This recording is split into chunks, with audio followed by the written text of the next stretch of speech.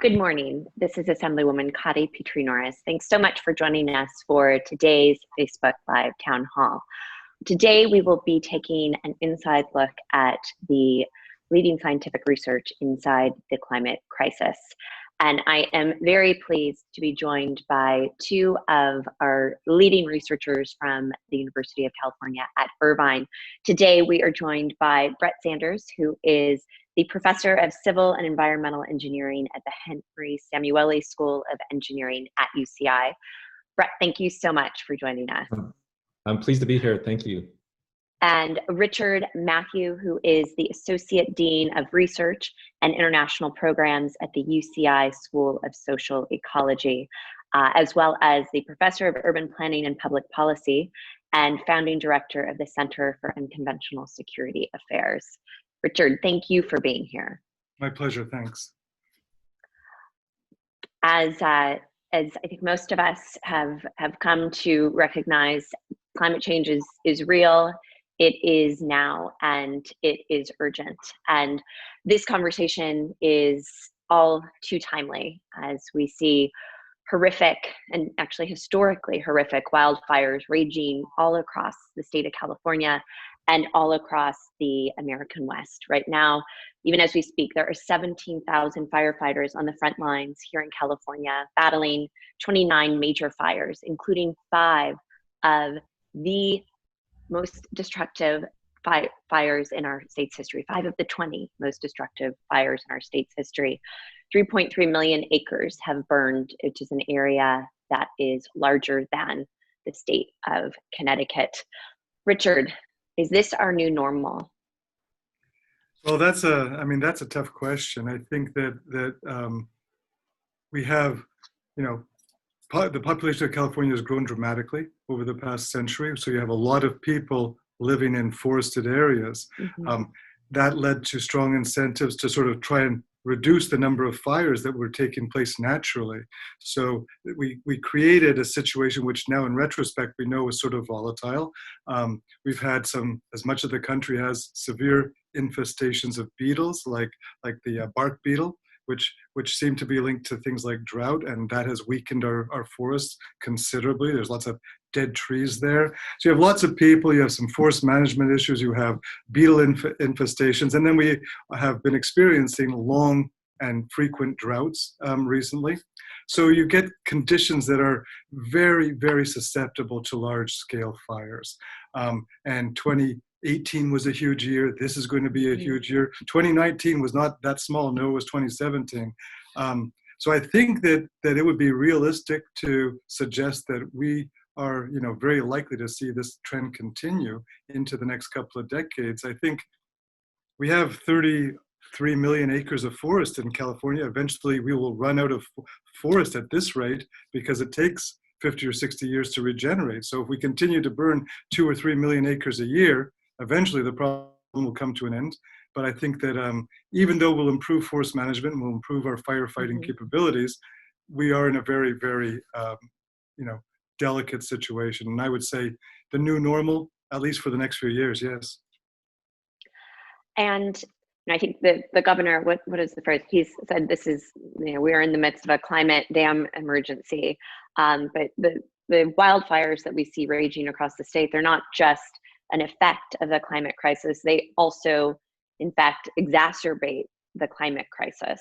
So, can you speak to the effects that the large wildfires are having on our climate right now? I mean, I think that the obvious thing is that forests store carbon, and when they burn up, they release carbon. We're all breathing it today. So you have a massive carbon emissions coming from wildfires, carbon dioxide and black carbon and brown carbon and so on. And these are exactly the sorts of things that contribute to climate change. So climate change probably increases the frequency and intensity of droughts and makes places more vulnerable. And then the fires contribute back to trapping heat on the surface of the planet. So it is a very ugly cycle. In addition to its, forest fires also create economic hardship and these sorts of things. But I think it's the release of carbon that is especially problematic. And maybe I right? can And jump in and yeah, add absolutely. one more Please point do. there in terms of how things are connected. We go through these cycles of summer and fall fires, which take mountain hill slopes and remove the vegetation and change the soil properties. What that then does is sets us up for a really dangerous winter, because when the rain comes, there's no trees to sort of slow down the rainfall, and the soil properties have changed. And so now many communities across, especially the Inland Empire of California and mountainous areas, have to concern themselves with the possibility of debris flows and mud flows and fires that come in the winter. So we need to be thinking about how the challenges we face with fires in one season then set up the stage for additional challenges the following winter. And I feel like most of the people that I talk to, certainly across Orange County and all across the state, frankly, regardless of political party, I feel like people do recognize that the climate crisis is real, that this is an existential threat, and it is, the most profound challenge facing our generation. But that being said, there are still folks that say, it's not happening. This climate change thing, it's a hoax. What do you say to people who say that? I mean, I think that on the one hand, when I moved to Orange County over 20 years ago, there was very pervasive skepticism here about climate science and no real sense of urgency. And so over time, there's been quite a dramatic change in attitudes, just like you mentioned, where lots of people are sort of seeing there are compelling features to climate science and feeling that, we are very vulnerable to flood and to drought and to fire. And we're very vulnerable to what our neighbors in San Bernardino and Riverside and LA are doing. So I think there's more receptivity to it. I think the people who continue to be skeptical, I don't see an easy way to change minds. I think that we have to think of what do we do in a democracy when the science and the majority attitude of the public is that we need to be more aggressive in dealing with climate change. And I think one of the problems, and I'm sure you're more familiar with this than I am, is that certainly at the federal level, a small number of states can really create gridlock around this issue, even though the majority of Americans are fairly supportive of it. And I don't know if we can change minds that easily. So we might have to think of other ways we can move this agenda forward. People have been trying to educate the public and reframe the issue and ring alarm bells and so on. And I think that route of just changing minds is exhausted. We may have to accept that this is going to take time before a younger generation moves into power enough to sort of create broad agreement, and that we're going to have skeptics, who are just not going to change. And then I guess that for me raises the question of, how long before it's too late? And I'd love to hear both of your assessments. How long do we have to actually get the climate crisis under control before it is too late? I mean, I think that one, in 2018, a group of climate scientists said they had a model and they sort of show what the trends are in carbon storage and emissions and so on, and population growth and economic growth. And they said, if we don't make substantial progress by 2030, we are going to have a very, very difficult time keeping global warming down to a level where we think it will still be manageable. And so if we don't take advantage of the next decade to make progress, we will find that progress becomes really, really challenging after 2030. So 2030 is not a drop dead date. It just means that the longer, it's sort of like, if you're on a trajectory of weight gain and you ask your doctor or your friends what you should do, they'll say diet. They won't say wait 10 years and then go on a diet. And then right. Because the health risks and the dieting will be much more difficult when you're 100 pounds overweight than when you're 30 pounds overweight. And I think we're in that situation where every year it becomes more difficult to, it's not going to be easy to improve carbon storage. It's not going to be easy to move towards, more renewable forms of energy, or to experiment with hydrogen and fuel economies and so on. If we delay, it's not going to become an easier issue. I think so. I don't know how much time we have. and I think it's going to vary across the surface of the planet. And certain things could accelerate that, and other things could decelerate it. But I think that the basic message is we have waited too long to take the sort of action that we need to be taking. And so, Richard, as we think about the next 10, 20, 30 years, are we going to see parts of California that are simply uninhabitable as a result of the climate crisis? I mean, we have in California 8 of the 10 most air polluted cities in the country. We're the #1 state for disasters. We live in a state which is already a little bit hard to live in, between air quality and drought and earthquakes and flood and population density and the high costs. So, absolutely, I think that there is a risk that we've put so many people into vulnerable areas, like close to dry forests, that they may well become uninhabitable going forward. I can see that. This is, gets into Brett's area more aggressively, but I think that there are real concerns that we have crowded the environment in places where we need to give it more bandwidth to adapt and to change and so on. And that crowding is not in the interest of nature, and it's not in our interest, because we can turn those areas into places that are very hard, very hot, very dry, very susceptible to air pollution, very susceptible to fires, and that's going to be a hard place to live in. So I think, we are slowly turning much of the state, or parts of the state, into areas that are going to be hard to live in. So Brett, what do you see as you look forward in 1, 2, 3 decades? So we're talking in our lifetime. I feel like it used to be even, I feel like 10 years ago when I talk about this, it would be about, in my children's lifetime. And now this is in our lifetime. What do you foresee as some of the big risks for California in the next 10 or 20 years? My focus has been mainly along the coastline, Thinking mainly about consequences of higher seas, and I think that the first thing that we're going to see most significantly is the loss of our beaches. We've got a coastline that naturally didn't have really large beaches, but we had moderate sized beaches, and in the 1920s and 30s, when there were visionaries that wanted to grow Southern California, steps were taken to create an environment that was beach focused. We put sand on beaches as part of developing marinas and harbors for defense and for water, recreation. A lot of sand was put along the coastline, and we set ourselves up with large beaches. And we have to sustain those beaches through different types of projects, bringing sand to the coast. Doing that in an era of higher and higher sea levels is going to be really hard. I think that's the first thing that we're going to see. And in fact, we're already seeing that in South Orange County today. We're seeing that places like Doheny Beach and Capistrano Beach have lost sand. Iconic surf spots like, San Onofre are sort of seeing erosion take place. That's jeopardizing access to a really important part of Orange County's culture and identity.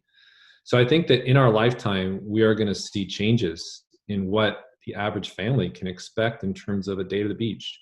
And so that's what I see is in terms of the most immediate consequence. And then over time, what we have to worry about are growing flood risks. The beaches are there to provide a protection against storms. The beaches are nature's defense against coastal flooding. If we have a nice, healthy beach, if we have a healthy dune ecosystem, nature can help us hold back the ocean in a big storm. But when that sand is gone, and the cliff is exposed to those energetic waves, we start seeing the cliffs recede. We see property damaged. We see lack of space for everyone in California to come to the coast and enjoy it. Water can spill over the edge of the coastline and get into lowland areas like Newport Beach, Huntington Beach. Going north from Newport, we have a lot of lowland topography, which is at risk of flooding, and groundwater tables are going to rise, and we could see flooding just with water percolating up through the soil. So that's something that we need to be thinking about, decades out. I think the most immediate thing we're going to see is more coastal erosion, and people are going to see that. They're going to compare what it was like when they were a kid versus what it's like today, and they're going to say, wow, this beach has changed. Well, and I think when we think about California, as you said, certainly Southern California, so much of it is about our iconic beaches. And California coast, it's 840 miles of just spectacular beauty. It's also home to something like 70% of Californians, and it's a huge driver of California's economy. So I think when we talk about the risk of losing our beaches, it's not just, oh gosh, you're not going to have somewhere to put your umbrella on the sand. There are huge and real impacts. And so help us put that in perspective for Orange County. And you started to talk about that a little bit, but what communities are most at risk, and what are the risks in the next 10 or 20 years when we just think about Orange County? Yeah, I think that in terms of Orange County, like the areas that experience the most, stress today from coastal flooding and waves are the areas along northern Orange County coast, like Seal Beach, Sunset Beach. They have a history of chronic flooding. Parts of Newport have a history of flooding. The Newport Peninsula has been overtopped in the past. We see high tides that come up over and spill over seawalls, and so those areas have a flooding concern that it's being looked at right now by those communities. And then transitioning, as we go into Laguna Beach and down into the southern part of the county, we get a lot more relief. We have hills, and properties tend to sit up higher. So we don't worry so much about flooding in those areas. What you worry about is the coastline getting squeezed with the waves coming in and taking what's left of the sand away. And then you start having concerns about the cliff retreating. So as you go south in South County, it's coastal erosion that's a real concern. Lots and just the amount of sand that's on the beach to provide for recreational opportunities for and so on. So, and it's also it will change the character of surfing. As the beaches change, the sands move in and out. I mean, the types of waves that occur there can change. But I think the county does have a difference between North County and South County. You got more of the flooding problems in North County, more of the erosion problems in South County. Okay. And I know when we met, you had shared with me a very, a really compelling kind of interactive flood mapping tool. I don't know if that's something that you can pull up and screen share with the folks at home now, or if not, if you can point us to a website where people can access that, because it was, it just made a huge impact when you showed that to me and my community. Maybe I can pull something up, and maybe I'll post that on. Well, maybe I can get some guidance on where to put that. I have a screen sharing. Okay, so let me. You should pull it up, Brett, because it's pretty cool. And So you're talking about our flood rise work? Yeah, for Orange County. It will also underscore, I think, a couple of other things that are important, and that is that Orange County gets about 50 million visits a year, and these tourists, that's a huge part of our economy, not the only part, but it's a big part. And they come, among other things, for the beaches. So, as we lose those, we're going to put pressure on our tourist industry. And the beaches we're also part of the Pacific, flyway, which is a hugely important flyway for migratory birds. And as we lose beaches, we put pressure on those. So it isn't just the iconic experience that Californians have enjoyed, but it's also, it'll ripple through our economy, and it will affect other species as well, if we continue along this pattern of beach loss that we've been observing. And I know that has a good image to pull up. Yeah, so I will now share a screen. And here we go. Let's see, are you able to see this Yeah. screen here? Okay, with the map? Yeah. Okay, great. Yep. Okay, for a little bit of backdrop, I guess for those interested, if you go to floodrise.uci.edu, you can navigate to these maps. And a little bit of context, Richard and I were leading a project funded by the National Science Foundation, and this information system is a result of that federal investment of close to $3 million.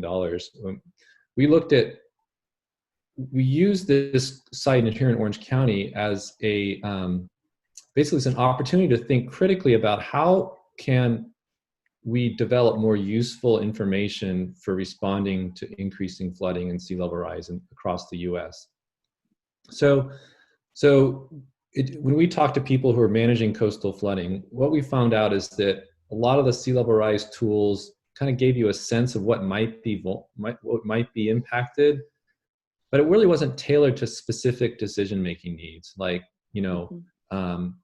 should an individual homeowner take preparedness measures for a storm, or should what can natural resource managers do to kind of deal with sea level rise, and what can planning departments do? And so we ended up going in, working with stakeholders in the Newport Harbor area and also in the San Diego area, with the aim of asking, how do we take the latest engineering technology, these latest information systems, and really make them more useful? And so this is a system that resulted from that, and it's designed to make information that's available to a wide range of different, potential end users, from planning-oriented people, natural resource managers, homeowners, and it's also helping to build just more of awareness of the type of flooding that we face here. So I'll just, this is just a preliminary map, but we have buttons here that allow a user to look at a lot of different possible storms, like for example, what would the depth of flooding look like from a 1% annual chance storm in 2015, right? And then you could change the background so that you might want to go with like some satellite imagery so you can see properties more easily. And so here we see, for example, like how within the Newport Harbor area, the peninsula is very vulnerable to flooding, and so is Balboa Island. But then you've got Lido Island, which sits at much higher ground and tends to be less vulnerable to flooding. That's one example. We also have information like you could look at the probability of flooding. How likely is it that you would see flooding at any location? And when we turn off some of these other maps. So this map here then gives you a sense with the different color codes, for different, as of this is 2035 chance of flooding. How likely is it that you're gonna have a flood event at different parts of the city? And you can see that we report that information on an annual probability. So there's parts of the city that have a 50% chance of being flooded, every year in Newport Harbor, in say these pink areas. But you can also think about that. How likely is it that in a 10-year period, that area would be flooded? And basically, there's a 99% chance that this area is going to be flooding at least once in a 10-year period. Okay, so that tells you something about how likely it's going to happen at different times. The depth information tells you more about like how deep could it be, how deep could the flooding occur. So going back to those maps, we have depth maps that we can turn on, and that tells you more about the consequences, like how severe is the flooding. And one of the things that we felt as we interacted with communities in the harbor areas was really helpful to map the severity of flooding, because it helped shape people's perceptions of what kind of flood it might be and what they can do about it.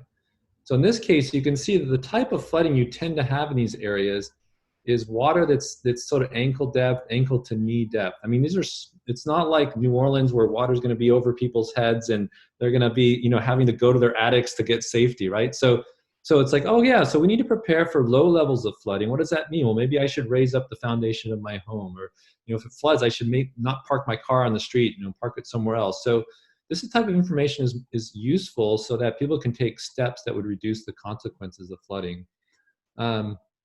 Another thing we did is we looked at possible projects that were being considered, and we, for example, looked at what happened if the Balboa Island seawall went in, which has now been built. I can turn this on, and clearly, like this shows that we can reduce flooding for this region with a project like that. And this is a flood event that is similar to like a 20, I forget the actual scenario, but what I found interesting when we interacted with the community was how the community appreciated this type of map, because it showed, yes, the project has benefits for Balboa Island, but what about the rest of the peninsula? I mean, just because we built a project on Balboa Island, it's not going to protect the whole community. So I think this type of understanding we found is really important for facilitating more productive conversations within the community about, what can we do about flooding? What are steps we can take? What can residents do at the household level to sort of be more prepared? What other parts of the city are vulnerable? Okay, here's a project that the city's doing. Okay, I can see that has some benefit for this area, but what about this other area? And we feel like this is a strategy to bring the best available science and information into more productive conversations. Like, we know better how severe the flooding is going to be, who's impacted, and that sets up conditions for more productive, management.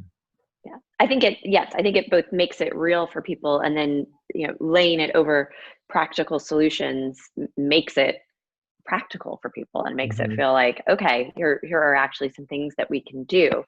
And I think that the harsh reality that we've got to confront right now is that even if everyone recognizes that climate change is real, it's an existential threat, and we move heaven and earth to start to address it, actually, turning that ship takes a very long time, right? Yeah. And reversing any of the effects takes a very long time, even sort of slowing down the impact.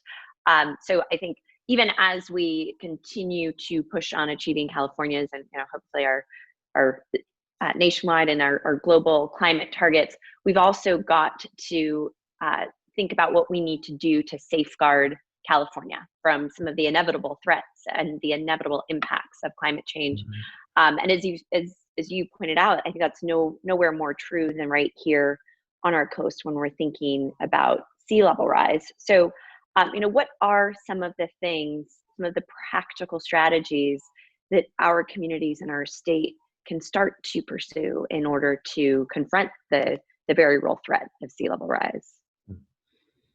Can I say one thing? Yes, please. And Brett will talk about the engineering solutions, but current work that Brett and I are involved in, which is really fascinating, is integrating socioeconomic vulnerability data with the flood modeling. And what we're able to demonstrate is the very differential vulnerability of people in California. And what this means is much like we've seen in places like New Orleans and Texas. Poor communities are often extremely vulnerable and have less capacity to adapt and less capacity to recover. And what that means is that things like flood events and fires have really run the risk of deepening inequality in a profound and long-lasting way. And we have a chance in California to take steps to build resilience, not just in the richer parts of the state, but in some of the lower resource parts of the state as well. And I think that our modeling is trying to disclose those areas very clearly and try and bring that into the discussion of what can Californians do. One thing we can do is make sure that inequalities don't deepen in response to disaster. We don't want to follow what's happened in some of the other states of the country, where some parts have recovered well and shown a lot of resilience and so on, and other communities are still suffering consequences decades later. And so that's driven a lot of the thinking. And I know Brett has more concrete ideas of white roofs or aggressive building design and so on. But I think that the inequality issue for California, where we do lead the country on some measures, is especially important to take seriously. Yeah, it's such an important point. I think as we've seen this pandemic unfold, we've seen the ways in which it's both laid bare our fundamental inequalities and also deepened our fundamental inequalities. And it sounds like the climate crisis also threatens to do the exact same thing. That's right. Brett, Brett, your thoughts More on. concrete steps. Well, forgive me if I steer this once again towards the coastline. Yes, no, please do. I'm most familiar with things that are taking place. I think the first thing that we've started working on and often gets overlooked is the need to do a better job of managing sediment. So, we've talked about how the sediment that the sand on the beach is nature's defense against coastal flooding. Well, some of the things we've done on the land side have made that even a more challenging problem. And what I'm saying is that our infrastructure, dams and flood control infrastructure, in many places is blocking the natural flow of sand to the coastline. So, for example, along the Santa Ana River, there's a significant reduction in the supply of sand to the coast compared to what we might have seen, say, 100 years ago. And just imagine, what if the Santa Ana River had double the supply of sand for the next 100 years? You might say, wow, what could we do with that?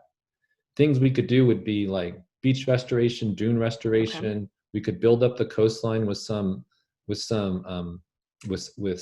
We could, and also we could be thinking about building up lowland areas that are at risk of flooding, trying to make sediment available to raise ground elevations to higher elevations. So what we've been doing is trying to study the sort of existing barriers to bringing more sediment to the coast. Richard was a sort of a lead in that study, and I thought I'd let him speak briefly about that. Then I can circle back to the sort of practical dimensions that I've come across more recently. But maybe Richard, you could speak just a little bit about what we've learned about how we manage sediment and the ways and the opportunities we have to really align our sediment management practices with sort of building resilience here in Orange County. I mean, I think it is really a frontline sort of opportunity for us, because we trap sediment and then we spend money sort of moving it away from where it would naturally like to go, the beaches. And sediment management is, as are many sort of natural resource management challenges in California, it's very difficult to update in response to new information and data. So when we talk to sediment managers, they look at the process of trying to change what we're doing now to something better. Many of them are frustrated and feel there are better ways to manage sediment, but the sort of administrative, the bureaucratic challenges of innovation are significant in California. And we understand that California has grown up around some very powerful legislation and rules to protect the coastline. What we're seeing is that we probably need to find ways to be much more agile, much more adaptive as new information comes in, allow experiments to take place. It's very hard to experiment with a piece of coastline and try, what if we allow natural native plants to be restored? What if we build up this dune? What if we augment this beach? It's very difficult to get the authority and the permission to do that. So people feel that their hands are sort of tied into a system which is not the most efficient and fairly expensive. And so we end up doing things like dredging on a schedule, which may not be the best way to go about deciding when to dredge. We trap sediment and then cart it, into the desert. We contemplate bringing in sand from Canada to nourish our beaches. And I think the people involved with management would like to be able to be more adaptive and agile. That's one thing that's come up very clearly. They have great ideas, but they feel constrained in taking risks. And I think in this world, just as we do with the economy, sometimes you have to pilot something and experiment and try it out and see what happens and see, and a lot of these things that Brett and his team and all of us have uncovered is there may be some low-cost ways to protect our beaches, which would work very effectively, but we have to try them out. And we have to have the ability to try them out on real beaches and so on. So I think that one thing we've learned is that it's easy to reproduce the status quo, and it's pretty hard to adapt to new information quickly. That some people have told us that they expect it would take 20 years or more to really move towards a different way of managing sediment in Southern California. And that's a very, very long time period, given the stresses that Brett's talking about. Well, that's okay. So, and you made notes. I was, scratching down notes as you were talking, because, that definitely hit home to me. I think all across our government infrastructure, and often you've got very well-meaning and well-intentioned laws and regulations, but it can, as you said, be incredibly difficult then to implement new, even if they're very good ideas, to act with enough agility, to act with enough innovation when we're talking about a threat of this magnitude. So actually, before I come back, Brett, to you and Richard, this is a conversation we'll probably continue, but what changes? It sounded like as you were talking, there are some roadblocks that are both regulatory and also some roadblocks that are legislative that are preventing us from establishing more innovative sediment management practices. So what are there some specific things that we can tackle to help move that forward? There probably are quite a few specific things, and you're right. We should have this conversation because different rules come into effect. Say when a species starts to breed in an area, and that poses a set of constraints and requirement for approvals and things like this, which might make managing the sediment that's gathering in that area much more challenging. So what happens is sediment managers or natural resource managers are vulnerable to sets of laws which are quite difficult to get approval for exceptions. And as circumstances change, the sets of laws that they might be subjected to might change as well. So it's very difficult for them to navigate a world in which coastal regulations and endangered species regulations and so on can make it hard for them to move forward and to try something new. So I think one thing is just it takes a long time to get permission to do innovative things on the coastline. And you're subjected not just to one set of regulations, but to multiple sets because they protect different parts of our coastline. And it's very hard to coordinate those and get approval to, for something that might affect nesting grounds and water quality and so on. Got it. Yes, it can be difficult to navigate the labyrinth, as it were. It is, and I don't think a sediment manager is necessarily the right person to try and navigate a very complex regulatory system. Yes, and we will. I'm making a note. We will continue that conversation. It's an area where my team and I have been focused. We're actually working with another scientist who came to us, having identified an issue with the Marine Protection Act. It effectively prevents, or there's some ambiguity about what kind of coastal restoration activities can take place. So there are some areas there where I think there's real opportunity and a need for us to clarify and update some of that to make sure that we're actually making the right trade-offs and the right decisions. Now, and so Brett, back to you. What are some things when you look at the challenges? I guess when you look at both the importance of sediment management and the challenges with getting it right, what are some of the things that you would like to see us doing here in Southern California? Yeah, I'm following up on the bureaucratic challenges.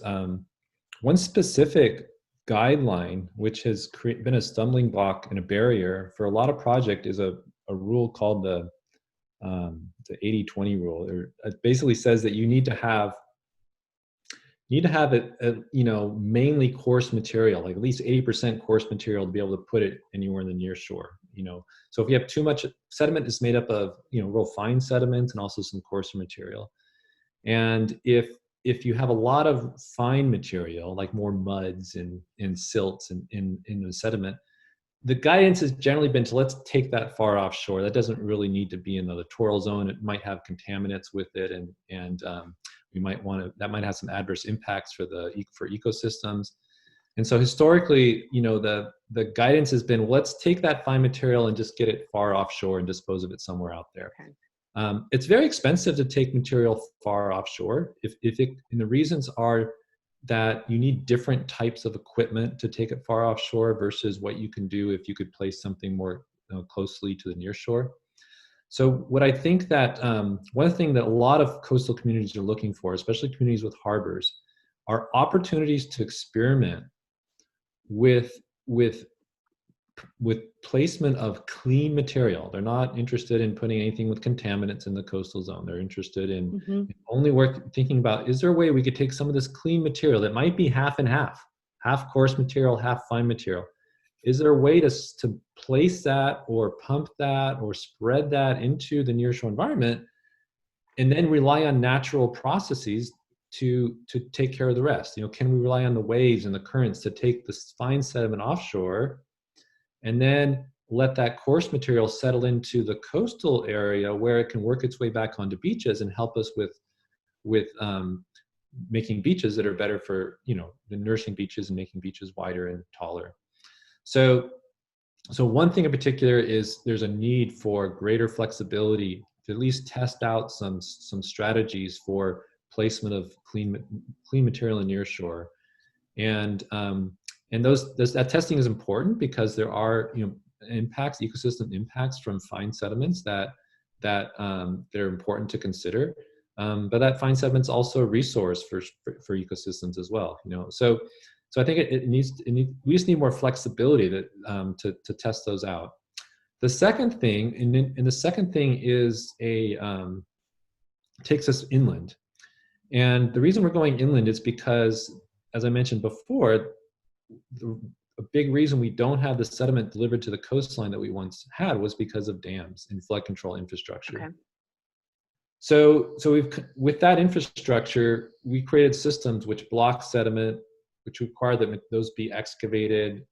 And we need to block the sediment, because if the sediment goes past the dam and it gets into our flood control channels, then the flood control channels don't have the capacity to move flood water, and in turn that creates an inland flood risk.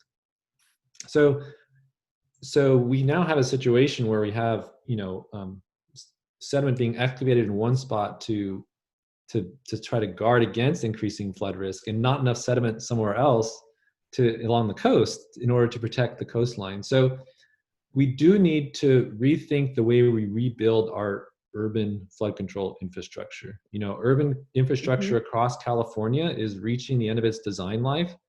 Many cities and counties are going to be facing, we need to rebuild this channel, and we need a conditions in place that would allow for a redesign that was more sediment sensitive. Okay. Past designs basically said, we want a channel that only delivers flood water. We're going to assume the sediment is trapped somewhere else and never goes down the channel. And that's not working. We're seeing sediment. We need sediment at the coastline. We need to manage sediment. So I'd like to see, moving forward, an environment where cities and counties can work on rebuilding their urban and flood control infrastructure in ways that are good for the coastline and good for flood risk, good for ecosystems, good for urban amenities. We think that we can, if you think about a lot of flood control infrastructure in California was built out after World War II. If you drive around Southern California, you see these concrete channels that have no life. And the strategy was, well, let's maximize development opportunities in California. We want to grow the economy. We want to have lots of land. It's dry here all the time. But unfortunately, with that design, we fundamentally altered sediment fluxes to the coast, and we created a challenge at the coast. And we also, urban areas were left without trees and without riparian ecosystems that could have also changed the environment around those urban streams. So, I think something else that we need to be thinking about across California is renewing our urban infrastructure, especially our flood control infrastructure, in ways that are good for those communities and good for everyone. And I think also something that I've noted is, I think, as things are getting updated or improved from the, like you said, post-World War II kind of technology, it seems like sometimes things are being implemented in a very siloed fashion, right? So you have like the Army Corps of Engineers coming in with a very narrow sense of what their mission is, And, even if they're executing their mission 100%, it actually is having these negative impacts on sort of the rest of the coastal ecosystem. So there does need to be a more holistic approach and holistic strategies adapted, with many agencies coming to the table together to then implement them. I couldn't agree more. And I think my sense in talking to agencies is that they're more and more aware of that. And we're finding more and more open minds to say, you know what, we can't just be going down this path of designing everything and then getting to the 11th hour and saying, okay, now let's talk to other people and make sure everything's going to work. It does. So they're realizing the importance of interacting early in a process. And in fact, we've had some conversations with Department of Public Works in Los Angeles County. They've started a new initiative called Infrastructure LA. And the whole idea is to pull together agencies across many different areas to try to break down some of those silos and plan more effectively, especially at the regional scale. So I think initiatives like that make a lot of sense because of precisely the point you raise, which is this tradition of more siloed planning and design. And then go ahead, please. I was just going to add to what you said there, because I think it's crucially important, is that the way California developed, cities were able to develop in floodplains. They were relieved of having to really understand this. And so municipal governments could focus on other issues like policing or fire and so on. And they didn't really have to develop much expertise. So we know that there isn't a lot of local understanding of the natural environment and the way it's been altered. People in Orange County often really don't have a very clear sense of what the natural environment looked like before development and how it's been distorted. And there isn't much pressure at the municipal level to have that expertise. And now as the system ages and starts to show signs of aging, we really need local governments to be deeply involved in understanding what's happening and what their options are. Because we can't simply assume that the federal government will swoop in and solve all the coastal problems for the country. So municipal governments and state governments really need to make sure that they focus on gaining expertise and having that expertise. Just as I think COVID-19 is sort of showing that it's going to be hard for cities, small cities, to move forward without health expertise. This is something that they need to understand for their communities, and they need to understand what's happening with sediment and flooding and these sort of things for their heat waves, heat stress for their communities.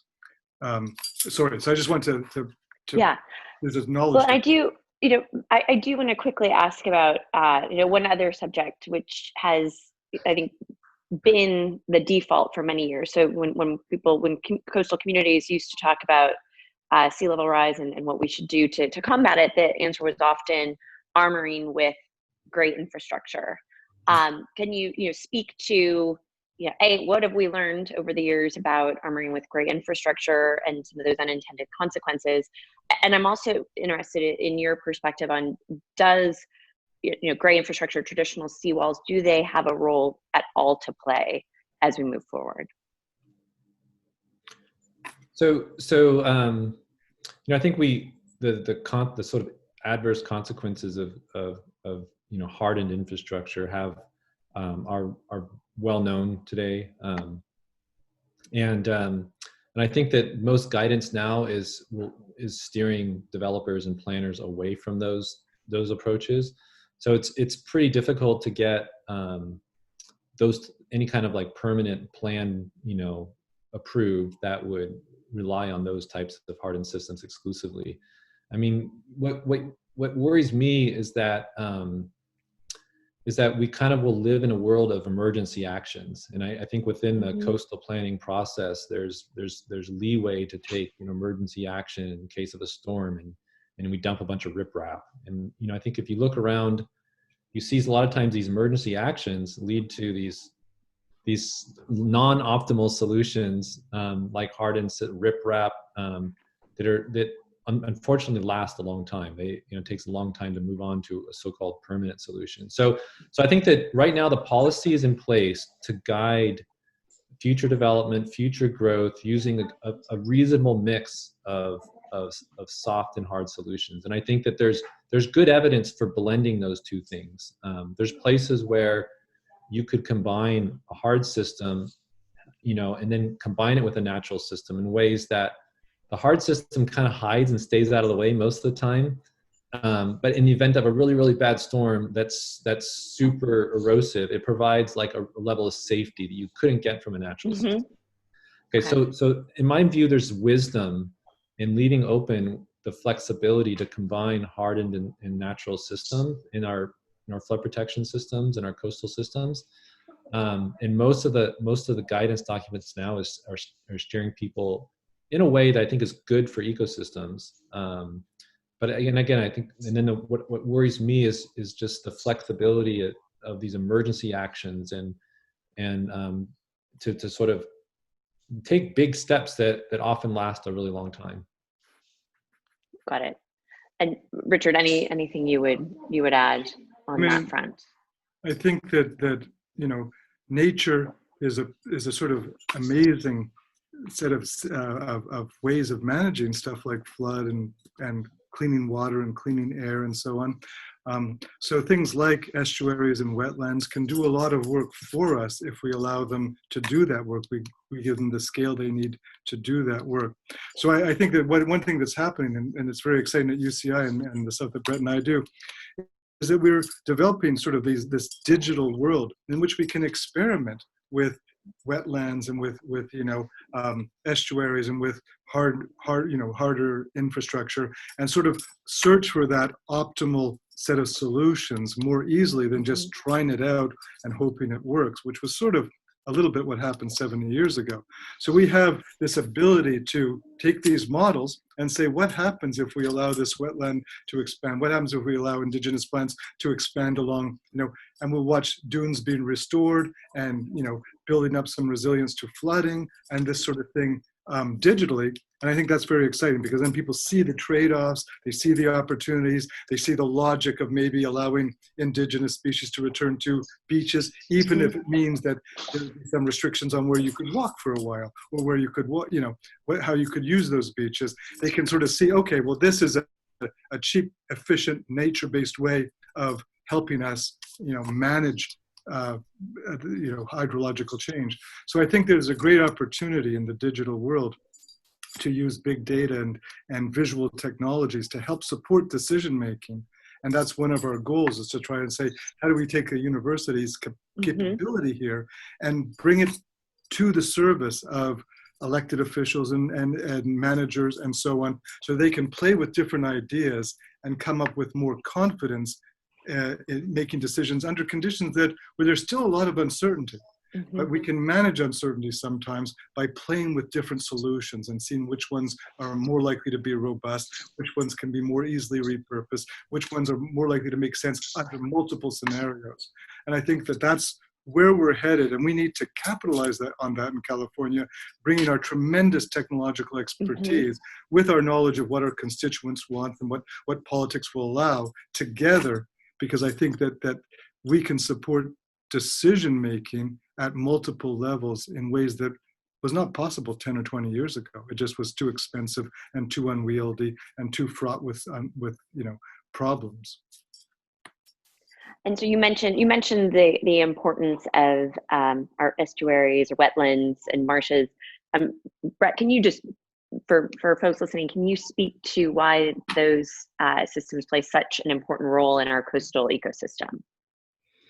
Absolutely. Well, this is where, for one, it's a place where juvenile species from the ocean can come in, nest.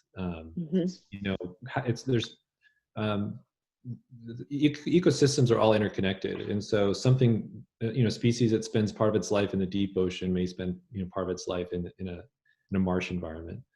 We also have marshes to just support certain types of species that have no other place. They're part of an ecosystem, and without those habitats, those species can't exist.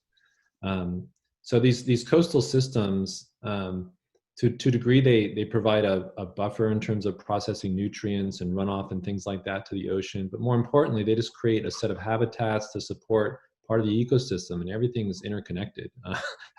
So So when we lose things like marshes in coastal wetlands, then you're losing a link in an important chain that ties everything together.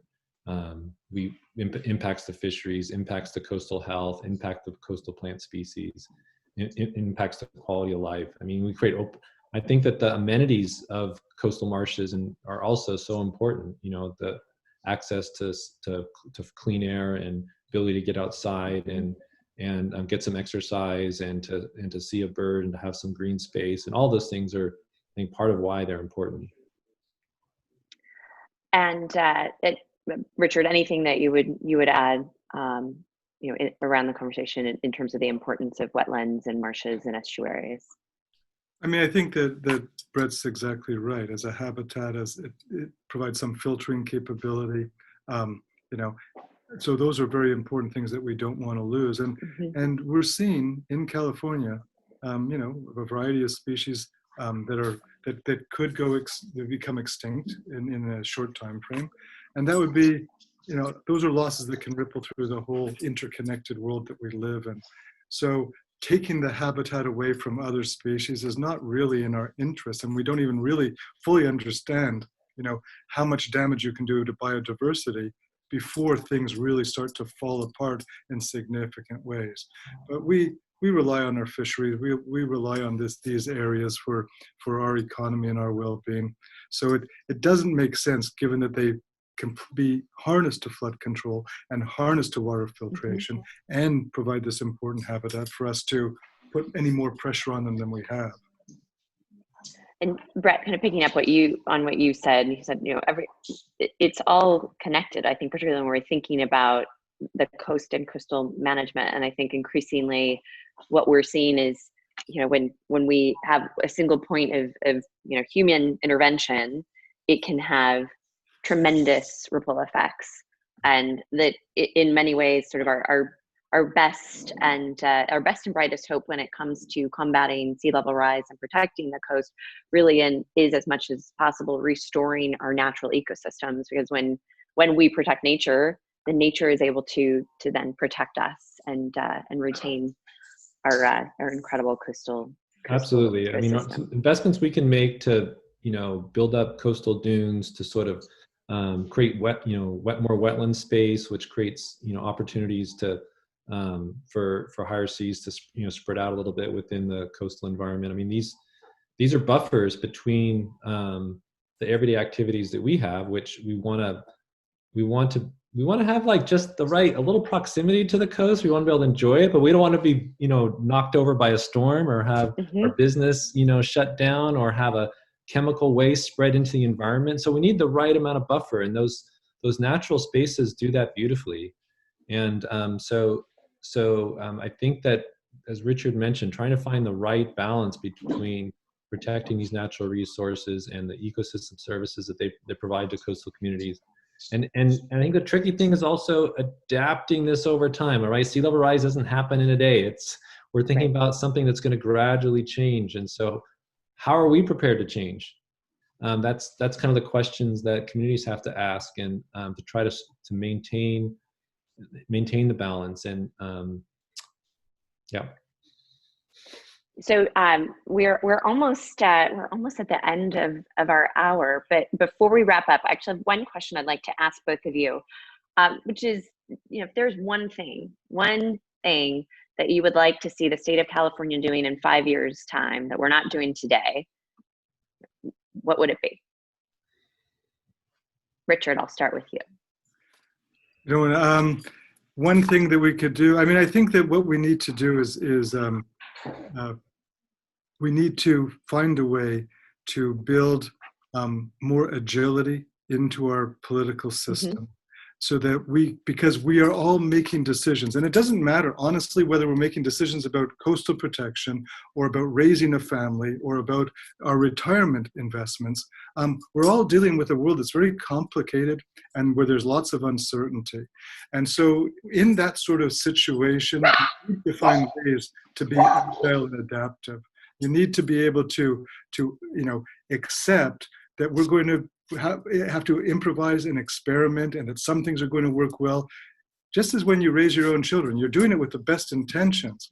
But you have to be able to adapt a little as circumstances change. If you can't treat them at 12 the way you treated them at 2, or at 24 the way you treated them at 12, you have to adapt. And if you don't adapt to that, it's going to create friction and problems. And I think that, the one change I would like to see is a more agile system that is working in greater partnership with sort of science and technology and data to work towards a more innovative set of approaches to doing things that we need to do, like managing our coastlines.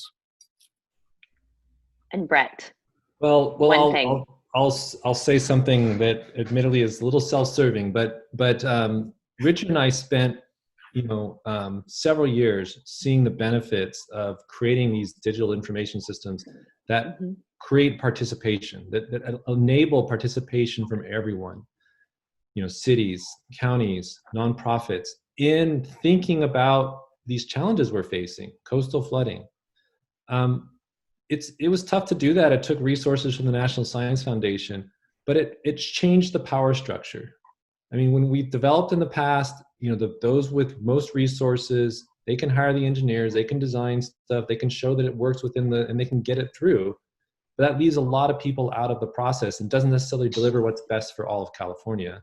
What we found with our sort of inclusive, interactive tools of sort of deliberating about what's going on, trying to plan for the future, this brought everybody to the table, and we think it supports better decision making. So we think the state should be investing in these types of interactive decision support systems that are inclusive. Great. Well, thank you both so much for a really fascinating conversation. As I said, I look forward to continuing this and to continuing to work with you on this really, really critical and important issue. Everyone at home, thanks so much for joining us, and look forward to seeing you again next week. In the meantime, be safe and stay well.